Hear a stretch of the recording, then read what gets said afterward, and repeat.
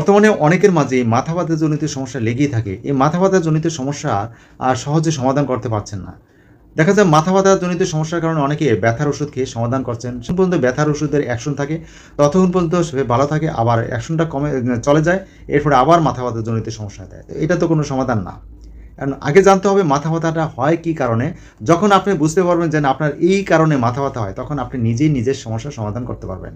তো আজকে জেনে নিন কোন কারণে মাথা ব্যথাজনিত সমস্যা হয়। মাথা ব্যথা হওয়ার প্রথম যে কারণ, আপনি যদি সপ্তাহের ১ দিন বা যেকোনো সময় আপনি অতিরিক্ত ঘুমান, এই অতিরিক্ত ঘুমের কারণেও কিন্তু মাথা ব্যথাজনিত সমস্যা বেড়ে যায়। দেখা যায় দৈনন্দিন আপনি ৫ থেকে ৬ ঘন্টা ঘুমান। কিন্তু আপনি যদি যেকোনো দিন ৮ থেকে ১০ ঘন্টা অতিরিক্ত ঘুমিয়ে ফেলেন, বা বিশেষ করে ছুটির দিনে যখন আপনি অতিরিক্ত ঘুমিয়ে ফেলবেন, তখন আপনি মাথা ব্যথাজনিত সমস্যা হতে পারে। মাথা ব্যথা হওয়ার ২ নম্বর কারণ হলো আপনি যদি কম ঘুমান, যতটুকু ঘুমানোর কথা মিনিমাম ৬ থেকে ৭ ঘন্টা ঘুমানোর কথা, সেই ঘুমটা যদি আপনার কম হয়, সেই ক্ষেত্রেও আপনার মাথা ব্যথা হতে পারে। মাথা ব্যথাজনিত সমস্যা হওয়ার ৩ নম্বর কারণটি হলো আপনি অতিরিক্ত যদি চা, কফি সেবন করেন। কারণ ক্যাফেইন সমৃদ্ধ খাবার যখন আপনি বেশি সেবন করবেন, তখন আপনার শরীরে আপনার ডিহাইড্রেশন হয়ে যাবে। অর্থাৎ আপনার শরীর থেকে পানি চুষে নিবে। আর যখন পানি চুষে নেবে, ডিহাইড্রেশন হওয়ার ক্ষেত্রে আপনার মাথা ব্যথাজনিত সমস্যা বেড়ে যাবে।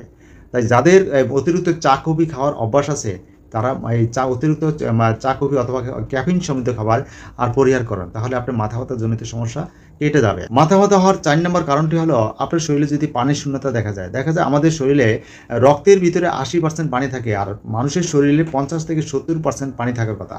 সেই পানির পরিমাণটা যদি কম যায়, অর্থাৎ আপনি নিয়মিত দৈনন্দিন যে যতটুকু পরিমাণ পানি খাওয়ার কথা, সেই পরিমাণ যদি আপনি পানি না খান, তাহলে আপনার শরীরে পানির শূন্যতার কারণে বা পানির ঘাটতির কারণে ডিহাইড্রেশন হওয়ার কারণে আপনার মাথা ব্যথাজনিত সমস্যা বেড়ে যেতে পারে। কিন্তু এই মাথা ব্যথার সমস্যা সমাধান করতে হলে আপনি নিয়মিত অন্তপক্ষে ৬ থেকে ৭ গ্লাস অর্থাৎ মিনিমাম ২ লিটার পানি খেতে হবে। তাহলে আপনার এই মাথা ব্যথা জনিত সমস্যা কেটে যাবে। অর্থাৎ আপনার শরীরটাকে হাইড্রেট করতে হবে।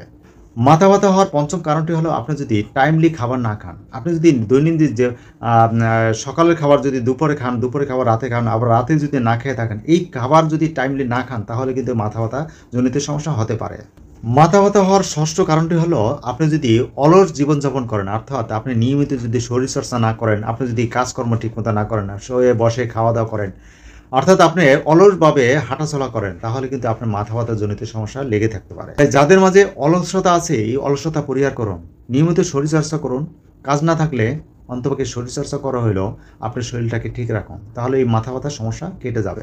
মাথা ব্যথা হওয়ার সপ্তম কারণটি হলো আপনার যদি মানসিক চাপ থাকে, মানসিকভাবে যদি আপনি দুর্বল থাকেন, সবসময় উদ্বেগ নিয়ে চলাফেরা করেন, তাহলে কিন্তু আপনার মাথা ব্যথাজনিত সমস্যা হতে পারে বা মাথা ব্যথা করতে পারে। তাহলে এই ধরনের সমস্যা থাকলে তাহলে আপনার মানসিক চাপ এড়িয়ে চলুন, মাথা ব্যথার সমস্যা কেটে যাবে। তো আজকে এই পর্যন্তই। ভালো থাকবেন, সুস্থ থাকবেন। আল্লাহ হাফেজ।